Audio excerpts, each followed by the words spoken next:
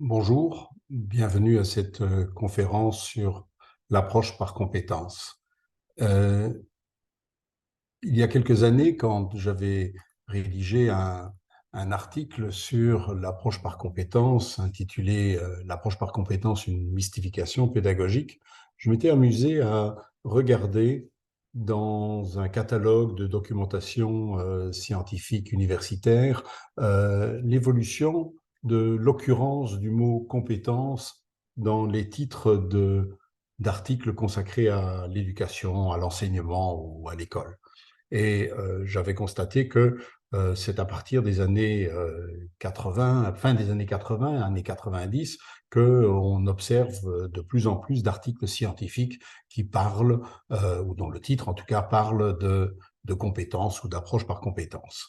À l'époque, j'avais constaté qu'au début des années, ou au milieu, pardon, des années 2000, vers les années 2010, près de 4% des articles consacrés à l'enseignement portaient dans leur titre le mot compétence. Je me suis amusé pour introduire cette conférence-ci, je me suis amusé à refaire ce petit calcul et j'ai constaté qu'aujourd'hui, ce sont 11% des articles du catalogue SUDOC, le catalogue d'articles universitaires euh, français, 11% des articles consacrés à l'enseignement qui portent dans leur titre le mot compétence.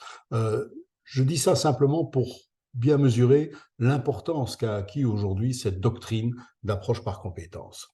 Souvent, les défenseurs de l'approche par compétence présentent cette doctrine pédagogique comme héritière des pédagogies constructivistes, des pédagogies de type Freinet, des pédagogies héritées des travaux de Vygotsky ou de Piaget.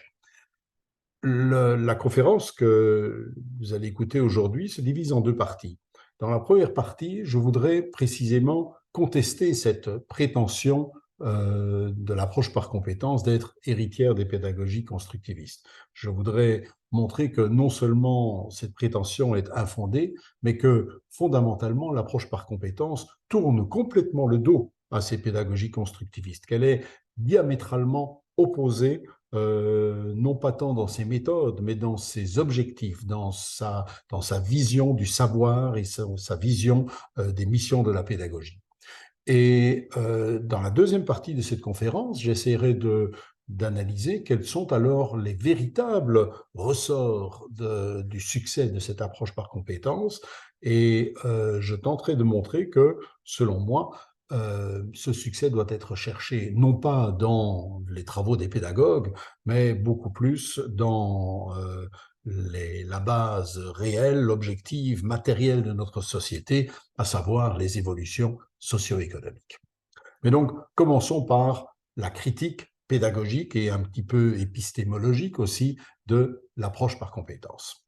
Et pour introduire le sujet, je vous propose de lire ce texte que nous devons à deux chercheurs belges qui ont été parmi les initiateurs de l'approche par compétences. C'est entre autres dans certaines universités belges que ces travaux sur l'approche par compétences ont été initialement développés. Et donc ces deux auteurs, Parmentier et Paquet, nous livrent ici leur vision de ce qu'est cette approche. Ils nous disent, dans l'enseignement, les contenus matières ne sont plus considérés comme une fin en soi, mais comme une ressource que l'apprenant doit s'approprier pour développer des compétences. Le rôle de l'enseignant n'est plus de transmettre ces contenus matières comme tels, mais de concevoir et de gérer des séquences d'apprentissage dans lesquelles les apprenants sont confrontés à des situations nouvelles et motivantes qui les amènent à interagir pour chercher et traiter l'information nécessaire et pour y faire face adéquatement et leur donner sens.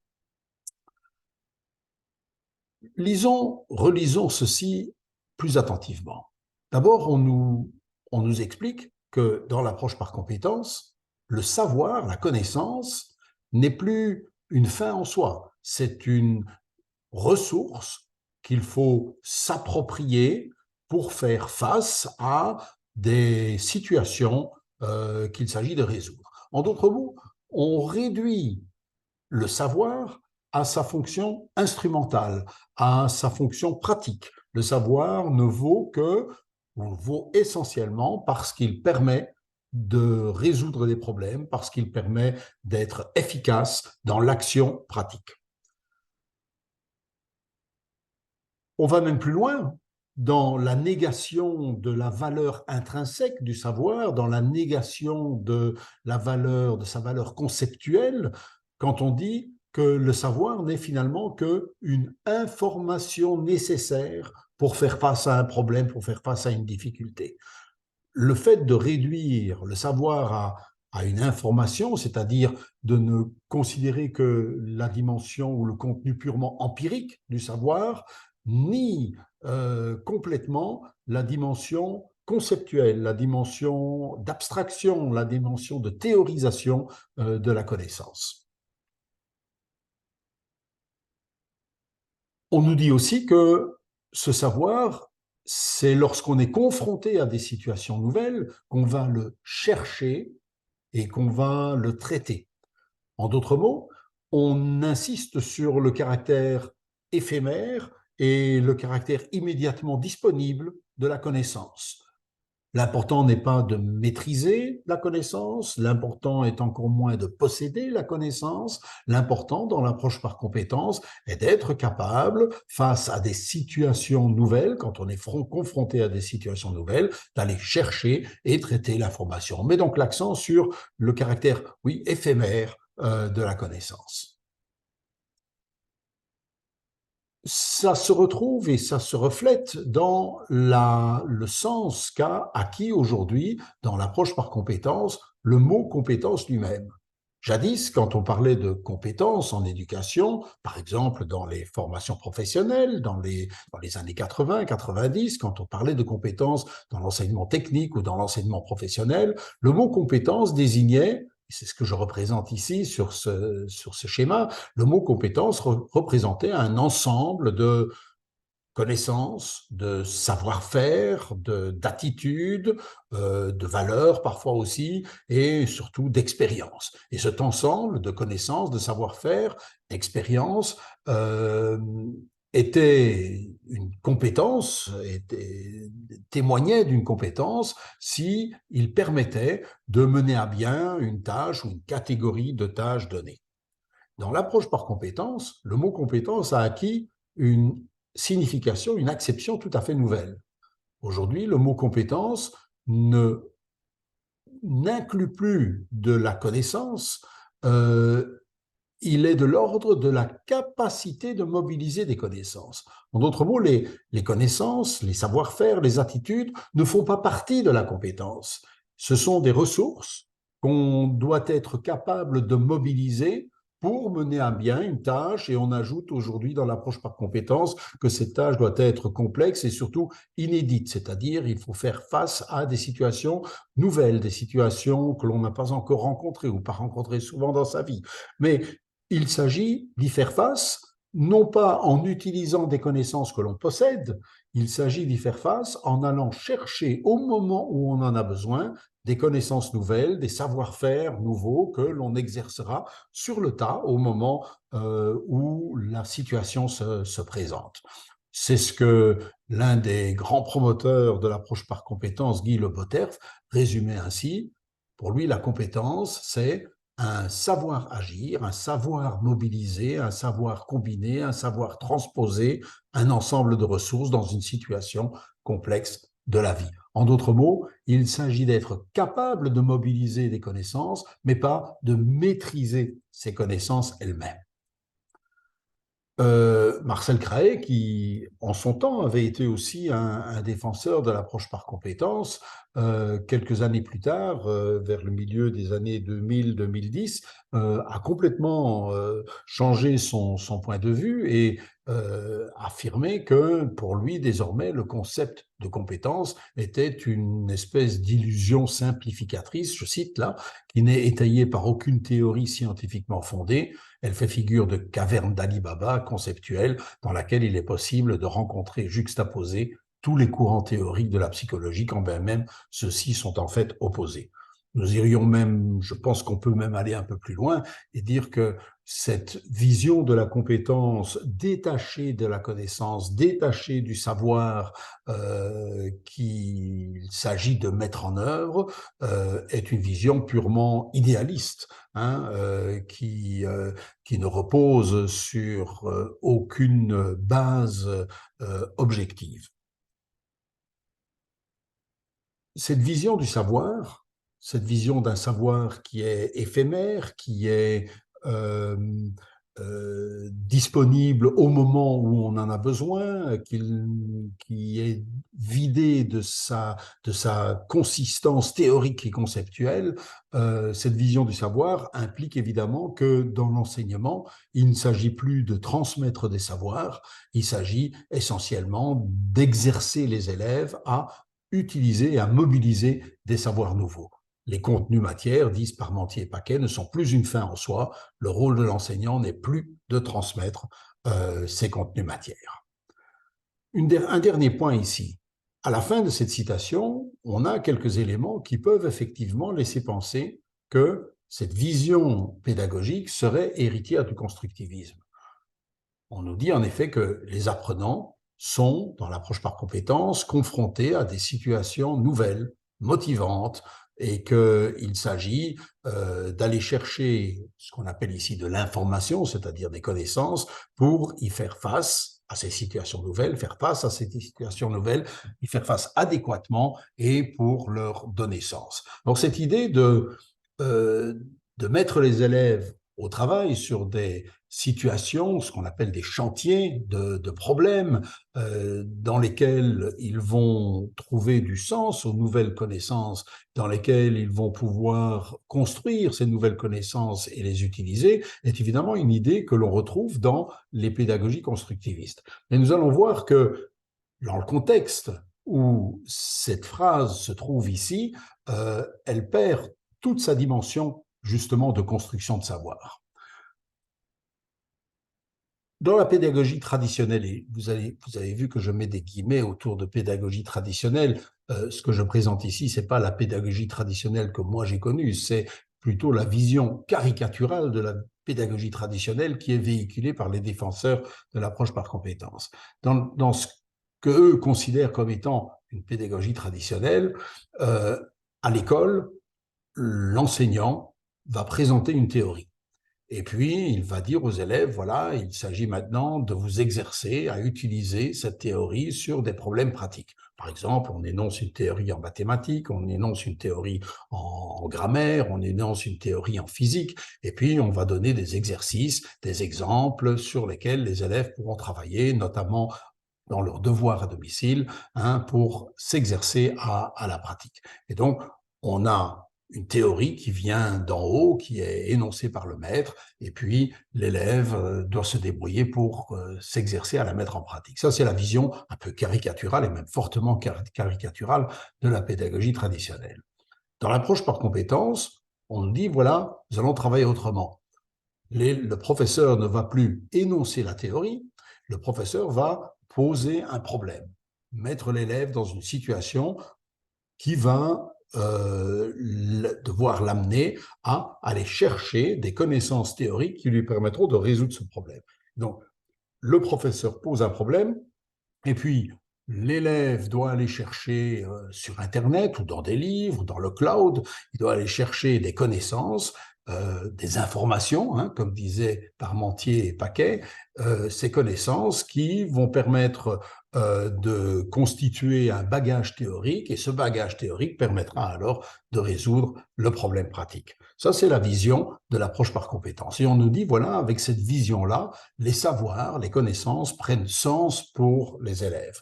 Et donc, on nous dit que ce qui donne sens au savoir, ce qui donne sens aux connaissances, c'est justement le fait que ces connaissances permettent de résoudre des problèmes pratiques. Alors, c'est vrai que l'une des choses qui donne sens au savoir scolaire, c'est leur capacité d'être utilisés dans la pratique. Mais en même temps, cette vision que l'on vient de voir, cette conception de la pédagogie qu'on vient de voir n'est pas diamétralement opposée à celle qui est critiquée par les défenseurs de l'approche par compétences. Parce que dans les deux cas, on a une théorie qui est mise en œuvre dans la pratique, mais dans les deux cas, on ne sait pas très bien d'où vient cette théorie.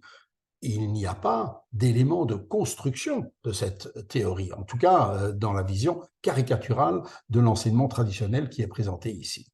Et donc, la relation entre théorie et pratique, elle est en réalité dans la pratique réelle de production de savoir scientifique, la relation entre théorie et pratique est en réalité beaucoup plus complexe que celle qui est proposée ici. Il s'agit beaucoup plus que d'une théorie qui serait simplement mise en œuvre en pratique. Dans la réalité de la production scientifique, on a une pratique, pas seulement de la production scientifique, d'ailleurs de toute activité humaine, on a une pratique qui va donner lieu à des observations, et ces observations vont faire apparaître une première catégorie de connaissances, une première catégorie de savoirs, qui sont les savoirs issus directement de l'observation, ce qu'on appelle les savoirs empiriques.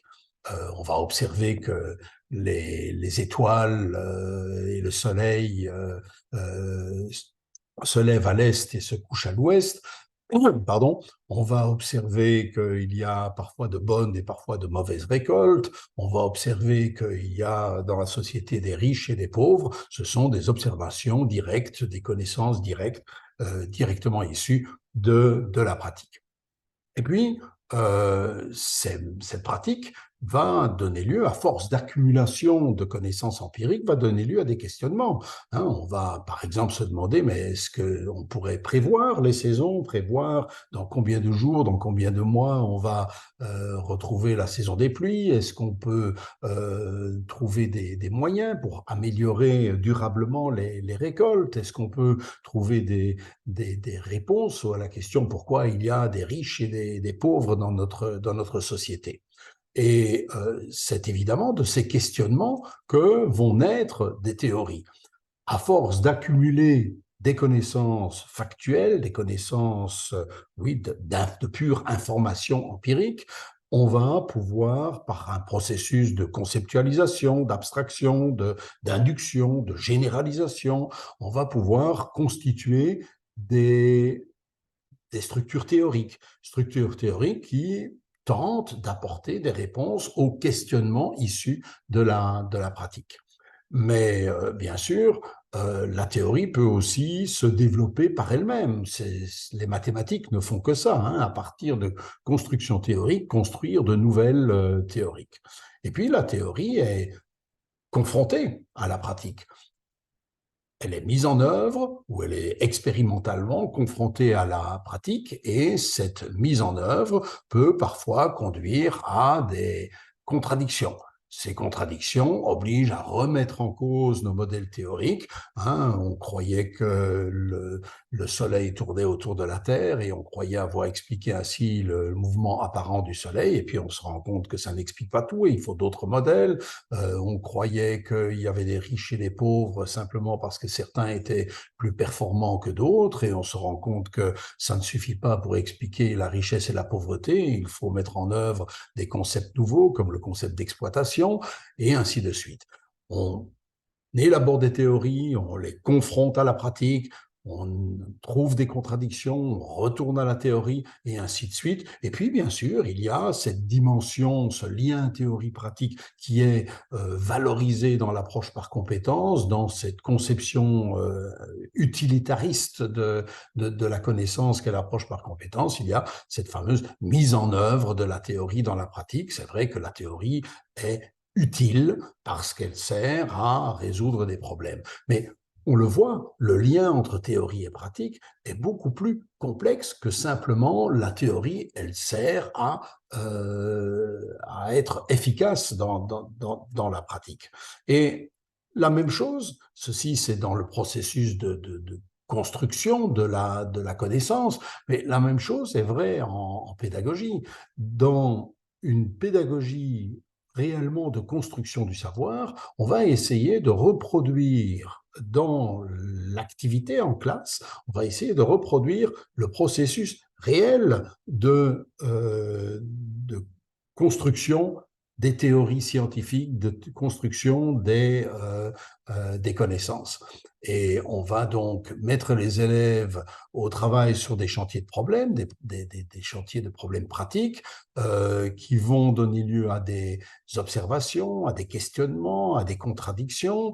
On va, à partir de là, amener les élèves dans un processus d'abstraction, de construction de théorie, et cette théorie, on va la reconfronter à la pratique, et ainsi de suite. C'est ça un processus de pédagogie constructiviste.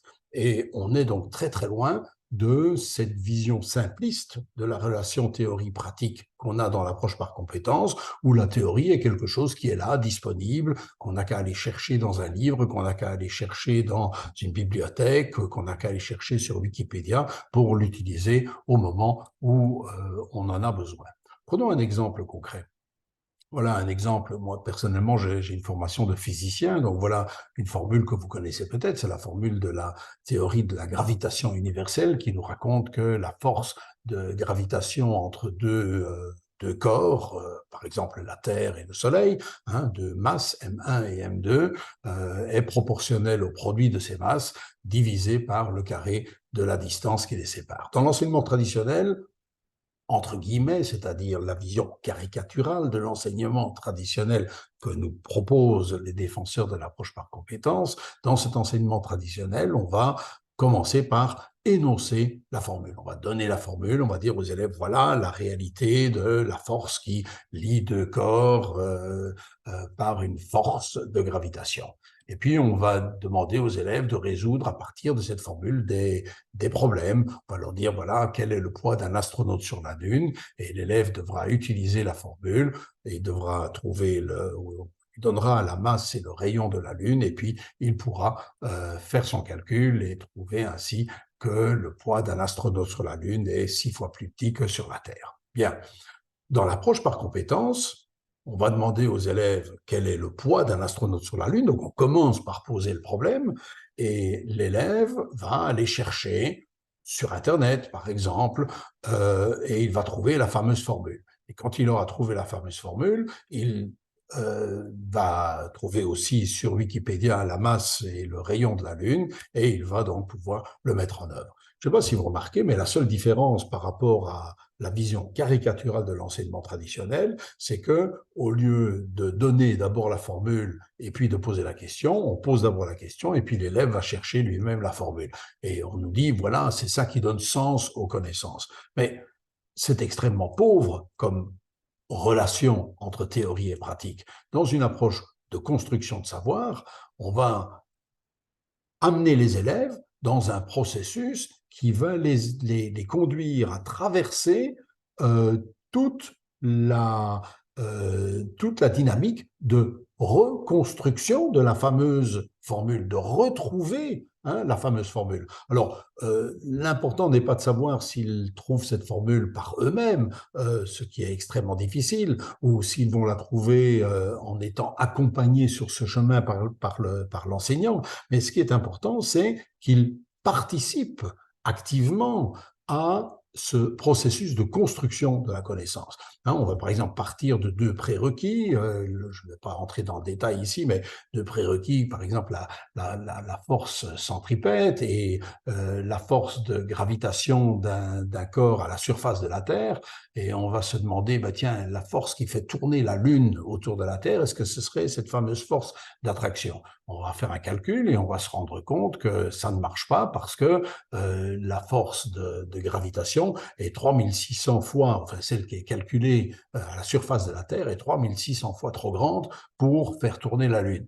Et on se dit, mais il y a une explication. Et les élèves vont chercher, et les élèves vont, en général, mon expérience, c'est qu'ils trouvent par eux-mêmes l'idée que, ah ben oui, ça ne marche pas parce que la Lune est très loin de la surface de la Terre. Et puis on va comparer les données et on va finir par voir que la distance Terre-Lune est 60 fois plus grande que le rayon de la Terre. Et on se rend compte, tiens, 60 fois plus, et l'autre c'est 3600 fois plus. Or, il se trouve que 60 au carré, ça fait 3600, et c'est ainsi que naît l'idée que la distance entre le corps, enfin entre la Terre et la Lune, agit sur la grandeur de cette force, mais qu'elle agit avec un exposant au carré, parce que quand on s'éloigne 2 fois plus de la Terre, la force d'attraction de la Terre diminue d'un facteur 4. Quand on s'éloigne 60 fois plus de la surface de la Terre, la force d'attraction diminue d'un facteur 3600. Et puis, par d'autres raisonnements, notamment des raisonnements de réciprocité entre le corps qui attire et le corps qui est attiré, parce qu'il n'y a pas de raison, si la Terre attire la Lune doit aussi attirer la Terre, et par ce raisonnement de réciprocité, on arrive vite à l'idée que la force de gravitation doit être proportionnelle et à la première masse et aussi à la seconde masse, et on arrive ainsi à reconstruire rapidement la structure générale de la loi de la gravitation universelle. Il ne reste plus qu'à introduire la fameuse constante de proportionnalité G trouvée par Newton. Ce processus-là, ça, c'est une didactique de construction du savoir, une didactique dans laquelle la formule n'est pas donnée par l'enseignant, la formule finale n'est pas donnée par l'enseignant, la formule finale n'est pas simplement trouvée dans un livre ou dans un site internet, la formule finale fait l'objet de tout un processus de construction du savoir, et ce savoir-là, c'est un savoir qui a véritablement du sens, parce que tout son contenu conceptuel a fait l'objet d'une prise de conscience par les élèves. Je voudrais ici attirer l'attention sur le fait que l'idée que l'approche par compétence serait une pédagogie constructiviste ou une didactique constructiviste, elle provient souvent du fait qu'on confond méthode active et didactique de construction de savoir. Une didactique de construction de savoir peut être une méthode active. C'est le cas, par exemple, des pédagogies Freinet, qui sont des pédagogies clairement constructivistes destinées à transmettre du savoir, mais qui sont aussi des méthodes actives, c'est-à-dire où l'élève est acteur de cette construction de savoir. Les didactiques constructivistes ont pour objet de construire des savoirs, et elles font donc partie des pédagogies qui visent à la transmission de savoir. Il y a aussi des pédagogies qui ne visent pas à la transmission de savoir, elles ne sont pas forcément mauvaises. Il y a des pédagogies qui visent à l'éducation, à des valeurs. Il y a des pédagogies qui visent à l'exercice de savoir-faire. Il y a des pédagogies qui visent à l'exercice physique, etc. Donc, il y a toutes sortes d'objectifs possibles. Mais si l'objectif de la pédagogie est la transmission du savoir, eh bien, la didactique constructiviste, elle est clairement dans cette catégorie-là. Donc la pédagogie Freinet, elle est là.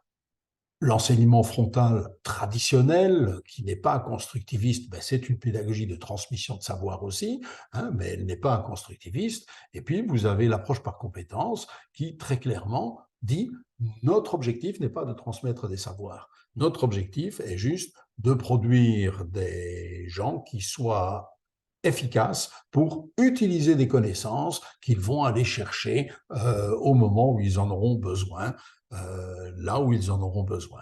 Et donc, c'est une pédagogie active, c'est clairement des méthodes actives, on met les élèves au travail sur des chantiers de problèmes, et c'est ça la ressemblance avec la pédagogie Freinet, mais elle est diamétralement opposée aux pédagogies constructivistes en ce sens qu'elle ne vise pas du tout à transmettre du savoir, alors que les pédagogies constructivistes ont pour objectif justement d'amener les élèves à construire des connaissances théoriques.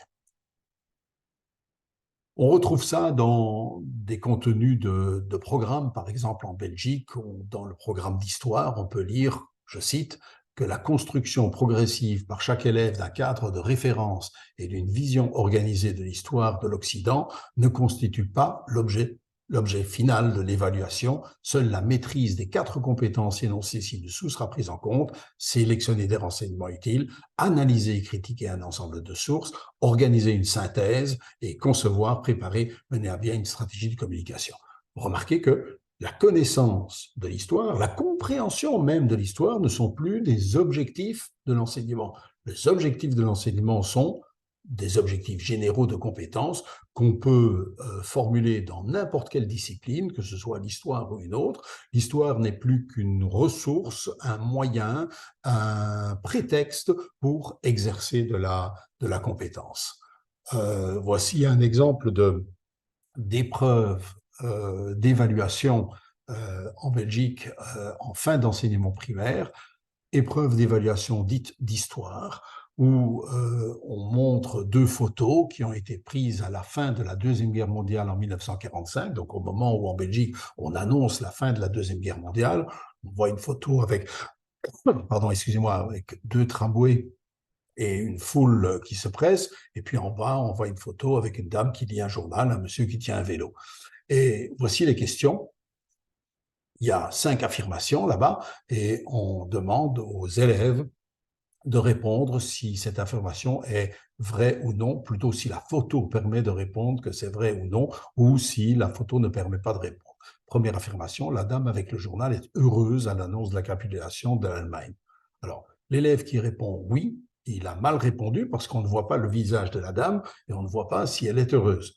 L'élève qui répond non, même chose. La bonne réponse était rien sur la photo ne permet de répondre. Mais l'élève qui sait, qui connaît l'histoire et qui sait que à la fin de la Deuxième Guerre mondiale, la plupart des gens dans la rue qui se rassemblaient là étaient heureux de la fin de la guerre, et qui répond oui parce qu'il sait cela, il aura une mauvaise réponse. L'élève qui ne sait rien de la Deuxième Guerre mondiale et des conditions de la fin de la Deuxième Guerre mondiale, qui répond rien sur la photo ne permet de répondre, il a la bonne réponse. En d'autres mots, ce qu'on a évalué, c'est peut-être la capacité à lire attentivement une question et à bien comprendre la question qui est posée, mais ce n'est pas du tout les connaissances ou la compréhension d'un moment historique important dans l'histoire de la Belgique. Alors, les autres affirmations sont à l'avenant, on pouvait éclairer les rues, hein, donc là aussi, sur les photos, on ne voit pas très très clairement, en tout cas, un lampadaire. Beaucoup d'hommes portaient un chapeau ou une casquette, alors on voit quelques hommes avec des casquettes, il y avait autant de bus que de trams, comme on ne voit aucun bus, on peut supposer que la réponse est non, et personne ne circulait à vélo, puisqu'il y a un monsieur qui a un vélo, ben c'est que ce n'est pas vrai que personne ne circule à vélo. Mais toutes ces questions ne portent en rien sur les connaissances des élèves ou la compréhension des élèves de l'évolution de l'histoire. J'ai une deuxième question ici du même genre, mais je vais la passer pour ne pas que ça soit trop long. On voit que ce type de question, ce type d'évaluation des compétences se prête très très bien à des évaluations standardisées sur ordinateur. Et c'est un des aspects très très importants de l'approche par compétences. Et l'exercice de compétences, la vision pédagogique de l'approche par compétences se prête elle aussi très très bien à l'enseignement numérique, hein, où on pose d'abord un problème, puis on énonce une théorie, on dit aux élèves de chercher à comprendre. C'est-à-dire un enseignement où toute la conceptualisation, toute la construction théorique est tout à fait évincée ou repoussée au second plan, et où donc le rôle essentiel pourtant de l'enseignant dans cette construction théorique n'est plus nécessaire et peut être donc remplacé plus facilement par un ordinateur. Alors, concluons sur ce premier aspect de l'approche par compétences. Résumons. D'abord, l'approche par compétences véhicule une vision instrumentale, une vision du savoir où celui-ci n'a de valeur que parce qu'il peut être utilisé. Hein, le savoir n'a aucune valeur en soi, aucune valeur intrinsèque. La connaissance ne vaut pas par sa capacité de nous faire comprendre le monde, par sa capacité de nous faire entrevoir de nouveaux questionnements éventuellement sur le monde. Non, tout cela est secondaire. Ce qui compte dans l'approche par compétences, c'est que le savoir est un instrument qui permet de résoudre des problèmes. Deuxièmement, l'approche par compétences néglige complètement tout le développement théorique de la connaissance, hein, toute la construction de la théorie, toute la conceptualisation, l'abstraction qui est à la base de la construction de nos théories scientifiques, de nos théories de connaissances, eh bien cet aspect-là est complètement négligé dans la vision pédagogique et donc dans la vision euh, épistémologique de l'approche par compétences. Troisièmement, on a une conception le concept de compétence lui-même, tel qu'il est véhiculé, utilisé dans l'approche par compétence, est un concept purement idéaliste, puisqu'on imagine qu'un concept comme la capacité de résoudre un problème, la capacité de rechercher des informations valides, la capacité d'évaluer la validité d'une information, etc., sont des compétences éthérées, générales, qui sont indépendants du sujet sur lesquels porte la résolution de problèmes ou la recherche de documentation. Alors que tout le monde sait qu'en réalité, votre maîtrise d'un sujet est un facteur essentiel dans votre capacité à résoudre un problème sur ce sujet-là ou dans votre capacité à rechercher, par exemple, de la documentation sur ce sujet. On peut dire aussi que l'approche par compétences, loin d'être héritière du constructivisme pédagogique, serait plutôt héritière d'une sorte de constructivisme philosophique. Constructivisme philosophique, c'est-à-dire une doctrine philosophique qui réduit le savoir, qui réduit la connaissance à une simple construction sociale qui n'a pas de valeur en soi, qui n'est que euh, une construction qui reflète son époque, qui reflète le contexte culturel, social, historique dans lequel ce savoir a été développé, mais qui n'a pas de valeur en soi. Cette vision relativiste, en quelque sorte, hein, de la valeur du savoir, cette vision purement idéaliste, subjectiviste de la valeur du savoir, elle est encouragée par l'idée, dans l'approche par compétence, que le savoir n'a pas d'importance en soi, mais qu'il n'a de valeur que par l'usage qu'on en fait. Euh, les compétences telles qu'elles sont pensées dans l'approche par compétences sont des compétences facilement mesurables et se prêtent donc très bien à des évaluations standardisées. Et c'est une des raisons, mais pas la seule, pour laquelle l'approche par compétences est très bien adaptée et adoptée par les tenants de l'école numérique, qui sont en général de grands défenseurs de cette approche par compétences. Et j'ajoute un dernier point que je n'ai pas développé dans mon exposé, mais qui est tout de même important, c'est que l'approche par compétences en pédagogie accentue fortement les inégalités sociales scolaires. Parce que du fait qu'elle relègue ou qu'elle considère comme moins important la construction des connaissances, la construction du savoir, qu'elle considère que le savoir, il n'y a qu'à aller le chercher hein, dans une bibliothèque ou sur Internet, elle ne remplit pas, cette école pédagogique ne remplit pas son rôle et laisse en fait l'élève, l'apprenant, seul face à la compréhension théorique, hein, face à ce processus d'intégration, de conceptualisation des connaissances théoriques. Et il va de soi que s'il est seul, on va favoriser ceux qui, de par leur milieu social, ont facilement accès à de l'aide, qui ont eu facilement accès à des démarches de conceptualisation théorique. Et l'école, en ne remplissant pas ce rôle-là, renforce, accentue les inégalités sociales scolaires qui sont déjà dans nos pays extrêmement importantes. Voilà pour la première partie de mon exposé. Et la question qui se pose maintenant, bien sûr, c'est comment expliquer le succès alors de l'approche par compétences, puisque on vient de le voir, d'un point de vue strictement pédagogique, ça serait plutôt une démarche très peu défendable. Alors, pour comprendre ces causes, je pense qu'il faut les relier à un ensemble d'évolutions des systèmes éducatifs. Cet ensemble d'évolutions, j'en ai mis ici quelques éléments qui sont selon moi extrêmement importants. Si on commence par le coin supérieur gauche, il y a une tendance déjà pardon, à la privatisation de l'enseignement, hein, le développement de formes d'enseignement privées, payantes, qui sont de plus en plus nombreuses aujourd'hui, que ce soit au niveau de l'enseignement universitaire ou au niveau de l'aide aux élèves en difficulté, les cours privés, etc.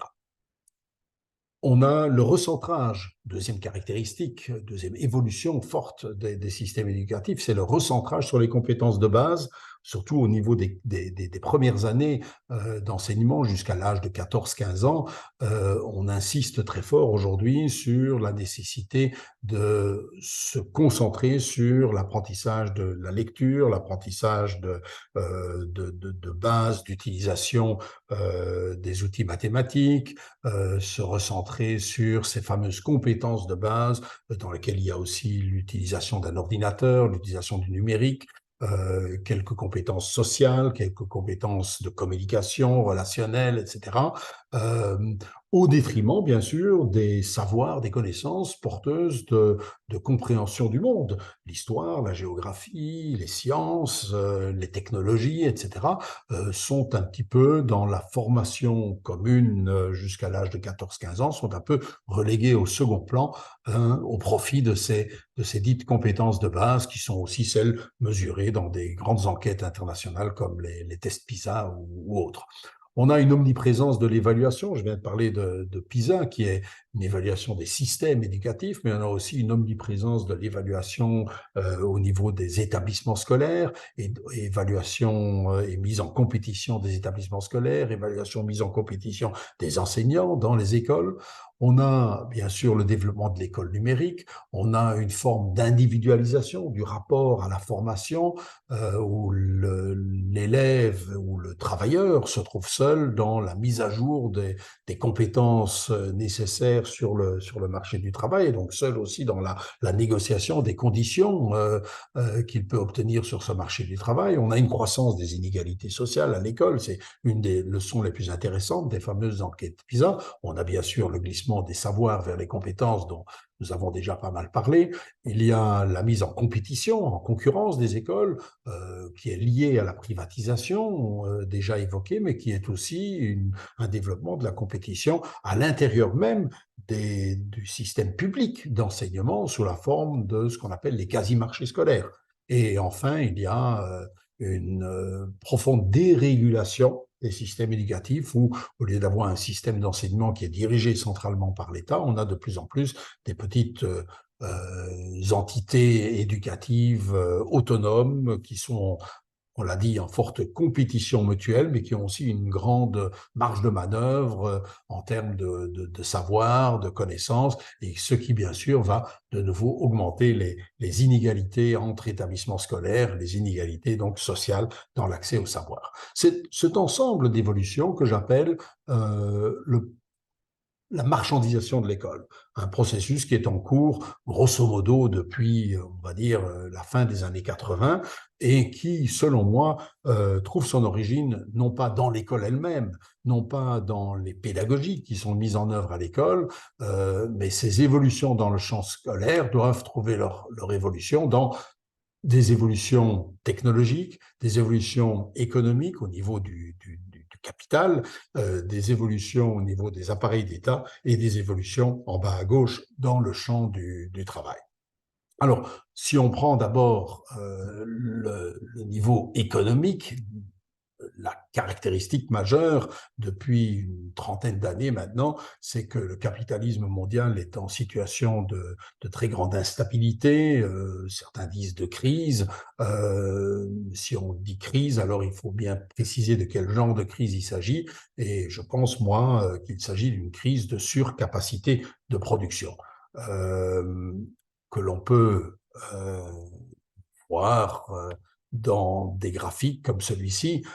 Ce graphique, c'est le taux d'utilisation des capacités productives aux États-Unis entre 1960 et 2020. Et on voit que, alors qu'en 1960, on avait des taux d'utilisation de capacités productives qui oscillaient entre 80 et 90%, on est tombé aujourd'hui à 70-75% de taux d'utilisation des capacités productives. Ça veut dire que le capitalisme mondial pourrait produire à peu près 30-40% de plus que ce qu'il produit aujourd'hui, mais avec les machines dont il dispose, avec les infrastructures dont il dispose, il pourrait produire entre 25 et 35% de plus, mais s'il ne le fait pas, ben c'est parce qu'il n'y a pas de demande solvable, hein, et donc on a d'immenses ressources en machines, en moyens de production qui sont inutilisés aujourd'hui.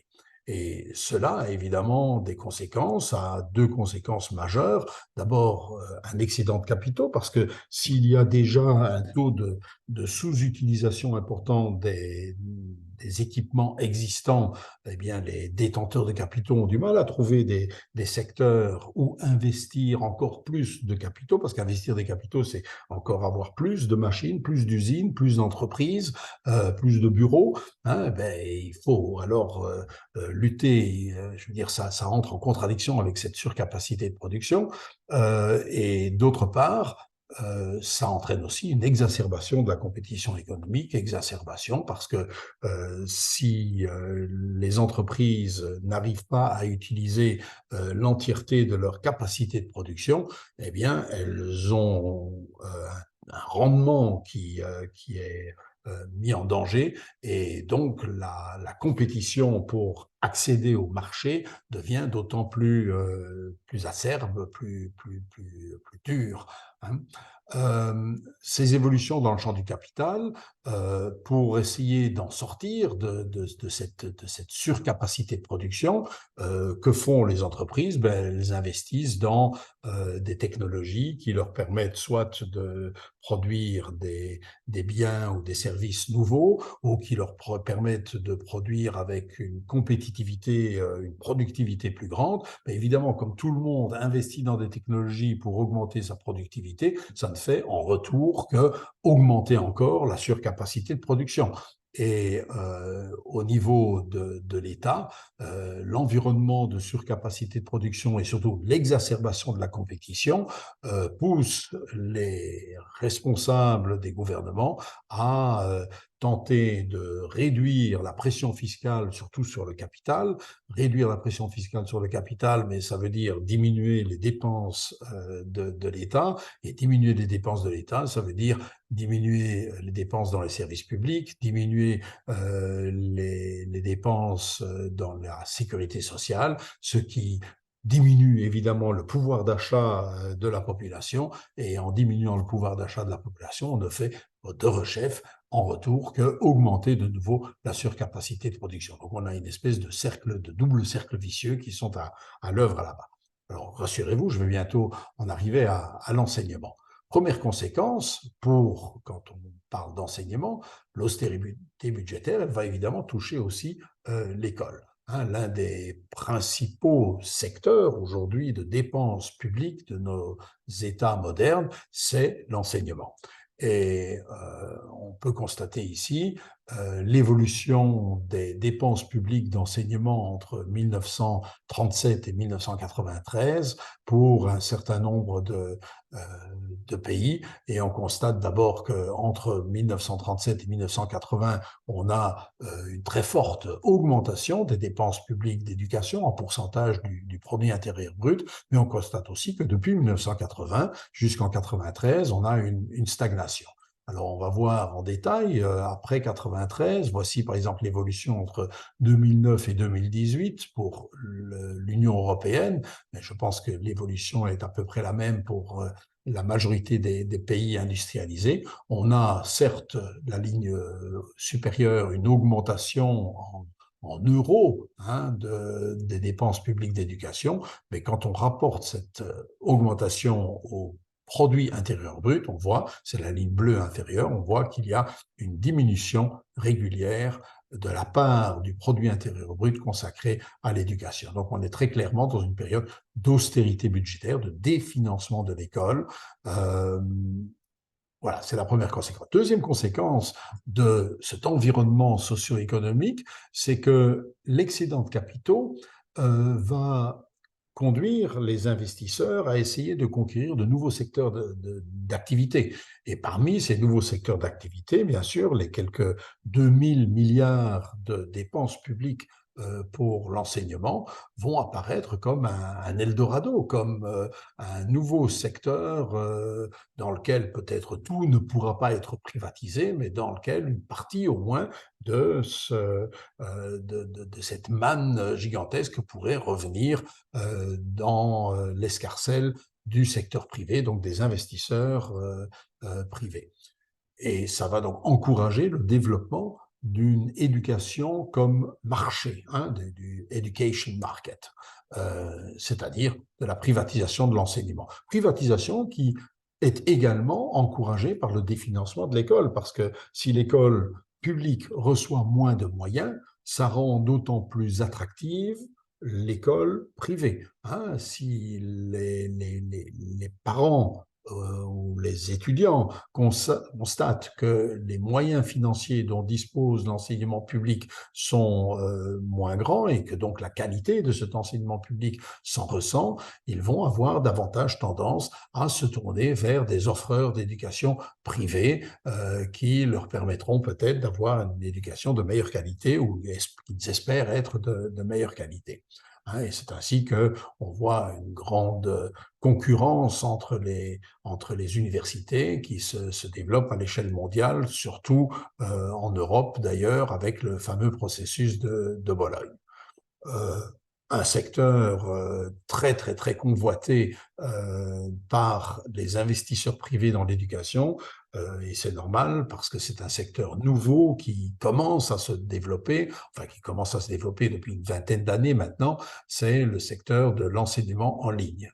L'enseignement en ligne, vous voyez ici l'évolution du nombre d'institutions offrant de l'enseignement en ligne et les effectifs de ces institutions entre 1990 et 2014. Vous voyez que jusqu'en 2000-2001, on a plutôt une stagnation, mais c'est à partir de 2001-2002 qu'on a une véritable explosion du nombre d'étudiants et du nombre d'institutions proposant de l'enseignement en ligne aux États-Unis. L'exacerbation de la compétition économique, c'est probablement le facteur qui a l'impact le plus déterminant sur l'éducation. Dans un environnement ultra compétitif, dans un environnement économique ultra compétitif, des voix se font entendre et des voix puissantes se font entendre pour que l'éducation soit davantage mise au service de cette compétition économique. C'est-à-dire qu'on évince de l'école tout ce qui n'est pas directement utile pour la compétitivité de l'économie nationale et qu'on se recentre sur ce qui, au contraire, favorise cette compétitivité. Mais bien sûr, l'idée d'avoir un enseignement qui soit plus efficace, plus performant pour produire de la main-d'œuvre, par exemple, qui soit hautement performante, pourrait entrer ou pourrait apparaître comme étant en contradiction avec le besoin de diminuer les dépenses d'éducation. Comment faire mieux, je mets mieux entre guillemets, mieux au sens où l'entendent les décideurs de l'économie, comment faire une école qui soit meilleure, un enseignement qui soit meilleur, tout en le finançant moins, ou en tout cas en n'augmentant pas le niveau de financement de cet enseignement. Alors, pour résoudre cette contradiction ou cette apparente contradiction, il va falloir prendre en compte un champ qu'on n'a pas encore examiné jusqu'à présent, à savoir les évolutions dans le champ du travail. au Conseil européen de Lisbonne en 2000, on nous expliquait que l'objectif central de la réforme des systèmes éducatifs est d'aider l'Europe à devenir l'économie de la connaissance la plus compétitive, la plus dynamique du monde, capable d'une croissance économique durable. C'est ce genre de vision du rôle de l'école est aujourd'hui dominant dans les sphères politiques et bien sûr dans les sphères économiques. Il suffit de se plonger dans les textes de la Banque mondiale sur l'éducation, de l'OCDE qui, par exemple, écrivait pour être compétitif sur le marché mondial, il faut disposer de systèmes d'enseignement et de formation qui répondent aux demandes du marché du travail et des apprenants. Une formation efficace et adéquate offre aux employeurs les meilleures chances de recruter des personnes qualifiées qui pourront assurer le succès de leur entreprise. Et donc, voyons voir un peu ce que cela signifie concrètement pour l'école. Et pour comprendre cela, il faut prendre en compte les évolutions dans le champ du travail. Alors, le développement des technologies, notamment de l'information, de la communication, l'intelligence artificielle, ont un impact direct sur l'évolution du travail et du rapport entre travail et formation. Un premier point, c'est les niveaux de qualification. On tend souvent à croire, et c'est ce que semble montrer le graphique ici, on tend souvent à croire que le niveau de qualification requis sur le marché du travail ne cesserait d'augmenter.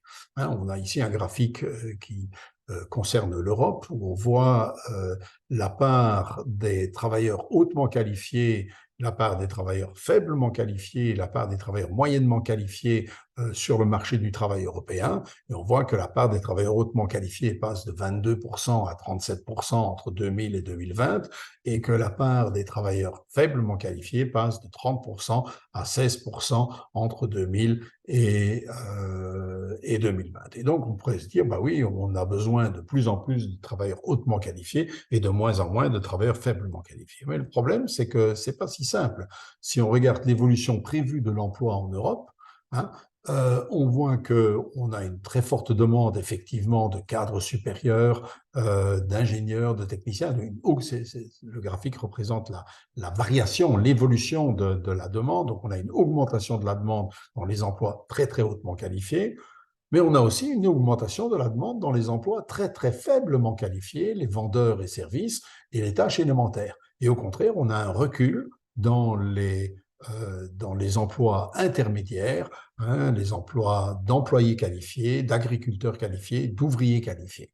En d'autres mots, l'image réelle de l'évolution du marché du travail, c'est pas une élévation générale des niveaux de qualification, mais plutôt une polarisation des niveaux de qualification. On pourrait se dire, alors, ce graphique-ci, est-ce qu'il est contradictoire avec le précédent? Non, pas du tout. Ce graphique-ci ne nous parle pas des niveaux de qualification requis sur le marché du travail, il nous parle des niveaux de qualification réels de la main-d'œuvre. Donc, il y a de plus en plus de main-d'œuvre hautement qualifiée, de moins en moins de main-d'œuvre faiblement qualifiée ou non qualifiée. Mais la demande de main-d'œuvre non qualifiée, elle ne recule pas, elle augmente. En d'autres mots, on a des niveaux de qualification qui sont supérieurs aux demandes du marché du travail. Un tiers des gradués en Grande-Bretagne, par exemple, est occupé dans des emplois non qualifiés. Un tiers des gradués universitaires est utilisé dans des emplois non qualifiés. En d'autres mots, on a une polarisation des emplois qui est reflétée encore dans ce graphique-ci, où vous voyez une forte croissance des emplois les mieux payés et les moins payés, et une chute dans les emplois intermédiaires, qui reflète bien sûr une polarisation des niveaux de qualification requis sur le marché du travail, alors que les niveaux des qualifications, lui, ne cessent, des qualifications réelles des travailleurs, lui, ne cessent d'augmenter. Cette polarisation du marché du travail s'accompagne d'une précarité croissante du marché du travail, d'une instabilité croissante sur le marché du travail. Et puis, il y a ça rend possible, bien sûr, cette fameuse inégalité croissante de l'enseignement. Parce que si le marché du travail ne réclame pas une élévation générale des niveaux de formation, eh il n'y a pas de raison, bien sûr, d'aller encore de plus en plus vers une démocratisation de l'enseignement. On peut au contraire laisser croître les inégalités scolaires pour refléter à l'école la croissance de la polarisation sociale sur le marché, de la polarisation des qualifications sur le marché du travail. Comme le dit l'OCDE, tous les élèves n'embrasseront pas demain une carrière dans le dynamique secteur de la nouvelle économie. En fait, la plupart ne le feront pas, de sorte que les programmes scolaires ne peuvent pas être conçus comme si tous devaient aller loin. Les programmes scolaires ne peuvent pas être conçus comme si tous devaient aller loin. Les programmes scolaires, en d'autres mots, doivent être conçus de sorte que certains, au moins, n'aillent pas trop loin. Et voici encore quelques chiffres qui montrent cette fameuse polarisation du marché du travail. Vous avez ici les 24 emplois qui ont connu la plus forte qui auront connu la plus forte croissance entre 2014 et 2024. Donc, il y a une partie de prospection, partie prospective là-dedans. Ce sont des chiffres qui proviennent du ministère, du département fédéral américain de l'emploi. Et tous les emplois qui sont en bleu, en gras et en bleu, sont des emplois qualifiés dans ce document de, je vous le dis en anglais, Short Term On-the-Job Training, formation de courte durée sur le tas. Hein. Et les chiffres qui font face à chaque emploi sont à multiplier par 1000, donc ce sont des milliers d'emplois. Les aides personnelles à domicile, plus 458 000 emplois. Les préparations alimentaires et fast-food, plus 343 000 emplois. Les vendeurs au détail, plus 314 000 emplois. Les responsables de restaurants, plus 158 000 emplois. Les ouvriers de la construction, plus 147 000. Les manœuvres et ouvriers de l'agriculture, plus 125 000, etc., etc. Et puis alors, face à ça, vous avez les analystes de management, plus 103 000, les managers et cadres, plus 151 000, et ainsi de suite. Vous voyez que les emplois non qualifiés ou à très faible niveau de qualification, loin de disparaître, continuent d'augmenter et font face à une augmentation tout aussi importante des emplois à très très haut niveau de qualification. Et c'est cela, cette polarisation du marché du travail, qui, ici, c'est un point sur lequel il est important de s'arrêter un instant. Si vous regardez la nature de ces emplois faiblement qualifiés, vous constaterez que tous ou presque tous sont des emplois non pas dans le secteur de l'industrie, non pas dans le secteur de l'agriculture, il y en a un seul dans le secteur de l'agriculture, mais tous les autres sont des emplois dans le secteur des services. Et c'est ça qui est nouveau, c'est qu'aujourd'hui, les emplois non qualifiés ou faiblement qualifiés sont presque tous des emplois du secteur d'un secteur de services. Et c'est dans ce secteur de services qu'on va réclamer que les travailleurs qui occupent ces emplois faiblement qualifiés, non pas qu'ils possèdent des savoirs de haut niveau, mais qu'ils possèdent des compétences de base très variées. Communication dans la langue maternelle, communication dans une langue étrangère, un peu de culture mathématique et de compétences de base en sciences et technologies, un peu de culture numérique.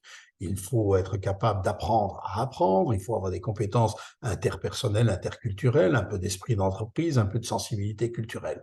Pensez à un emploi comme celui qui tient le bar dans la voiture restaurant d'un train à grande vitesse. Eh bien, il doit pouvoir faire régulièrement des annonces au micro en français, en anglais, en espagnol, pour dire que le bar est ouvert, qu'on y trouve une vaste collection de boissons fraîches, etc. Il doit pouvoir utiliser différents systèmes de lecteurs de cartes bancaires, il doit pouvoir utiliser un ordinateur pour encoder les ventes, etc. Donc, il doit avoir un peu de compétences de base en technologie, un peu de culture numérique. Il doit pouvoir très vite s'adapter si du jour au lendemain on lui met des nouveaux appareils pour faire des nouveaux sandwichs chauds, des nouvelles boissons glacé, il doit pouvoir très vite apprendre à apprendre ces nouveaux appareils, il ne faut pas qu'il demande une formation trop longue, il doit pouvoir faire la conversation avec des voyageurs très traités différents, des voyageurs de première classe, de deuxième ou de troisième classe, hein, et donc il faut des compétences interpersonnelles, interculturelles, sociales et civiques, et il faut de l'esprit d'entreprise pour être attaché à augmenter sans cesse ses chiffres de vente. Voilà, ça, ce sont les compétences de base requises aujourd'hui dans tous les petits emplois faiblement qualifiés dans le secteur des services. Une autre caractéristique importante de l'évolution dans le champ du travail et qui résulte également de la combinaison des nouvelles technologies et de l'environnement instable de crise du capitalisme international, c'est l'extrême imprévisibilité des qualifications qui seront nécessaires sur le marché du travail. Personne ne peut dire aujourd'hui de quelles connaissances, de quel savoir on aura besoin dans 5 ans ou dans 10 ans. Personne ne peut dire quels seront les marchés porteurs dans 5 ans ou dans 10 ans. Et cette imprévisibilité rend les connaissances, rend les savoirs extrêmement précaires, extrêmement éphémères, et réclame et pousse les milieux économiques à réclamer que l'école se concentre moins sur les connaissances et beaucoup plus sur l'adaptabilité, la flexibilité de la main-d'œuvre. Et bien sûr, c'est là qu'on va trouver, entre autres, l'idée de l'importance des compétences. Hein, comme le disait Édith Cresson, qui fut la première commissaire européenne à l'éducation, le savoir est devenu dans nos sociétés et nos économies en évolution rapide un produit périssable. Ce que nous apprenons aujourd'hui sera dépassé, voire superflu demain. Et l'OCDE dit à peu près la même chose. Les jeunes qui entrent aujourd'hui sur le marché du travail seront amenés à changer d'employeur, voire d'emploi, à plusieurs reprises au cours de leur carrière. Et dans ces conditions, pour être préparé au marché du travail actuel, il faut être capable de faire face à l'incertitude et au changement. Toujours l'OCDE, les pays ont besoin d'innover constamment pour maintenir leur position concurrentielle. Les systèmes éducatifs doivent préparer les élèves et leur fournir les compétences nécessaires pour s'adapter aux exigences constamment changeantes du marché du travail.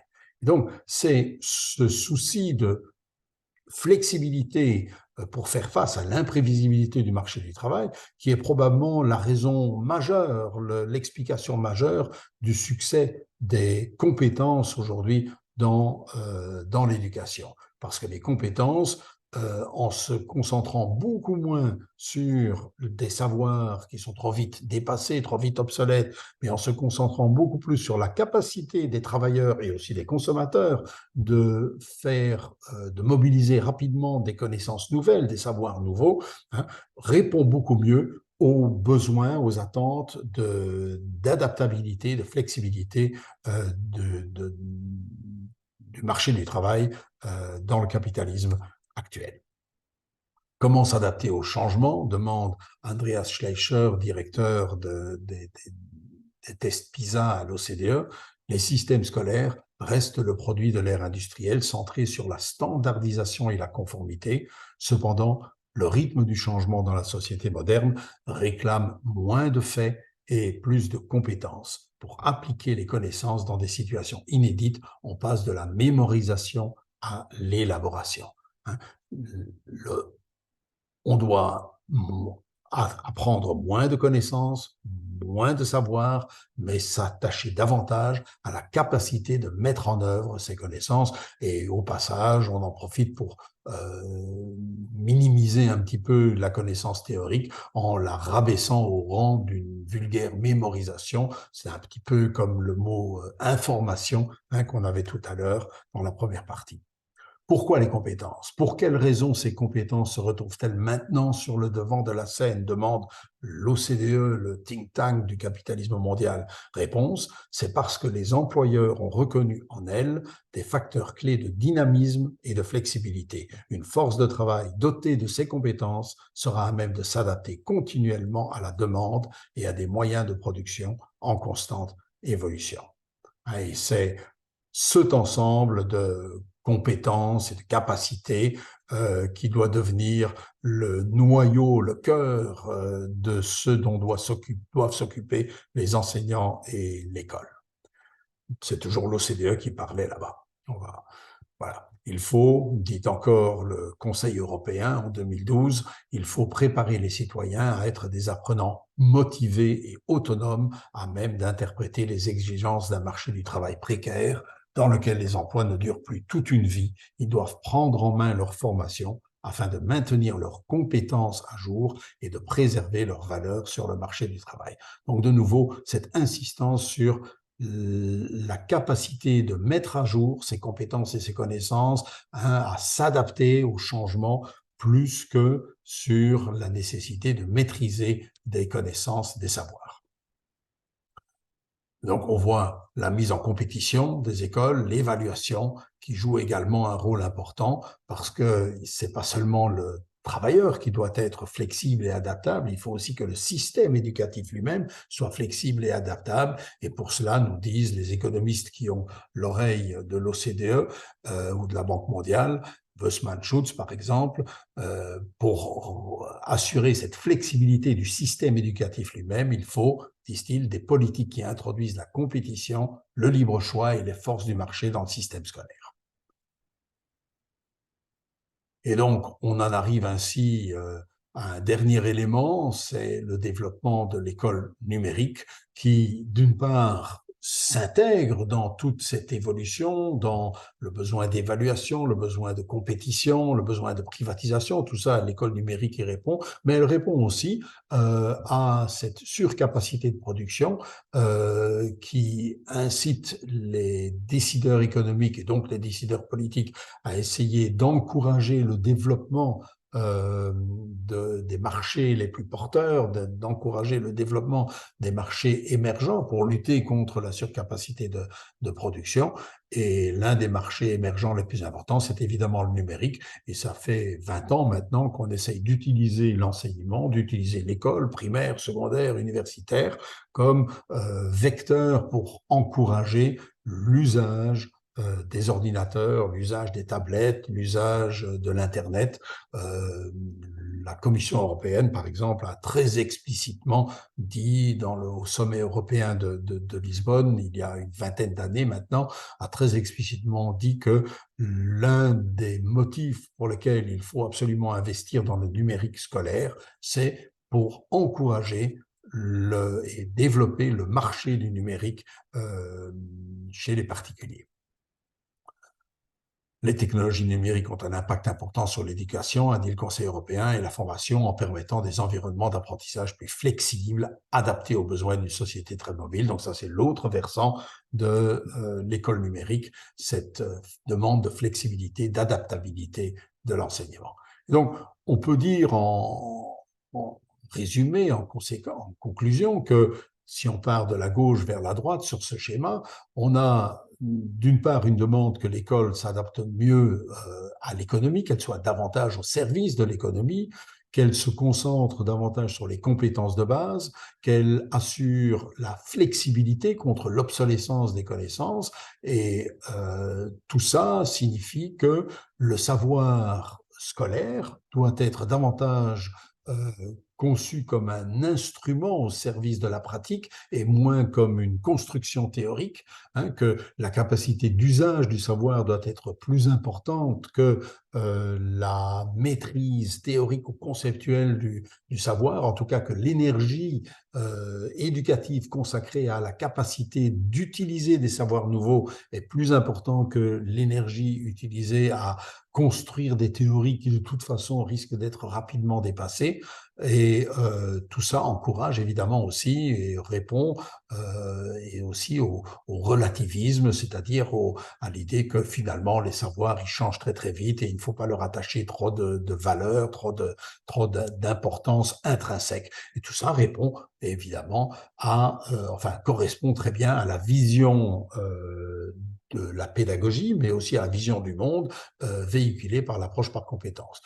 On revient à la partie gauche, on a un besoin de rationalisation de l'enseignement, de privatisation de l'enseignement, de mise en concurrence, en compétition des systèmes éducatifs, de répondre aussi à la compétition sur le marché de l'emploi, d'optimisation du marché de l'emploi.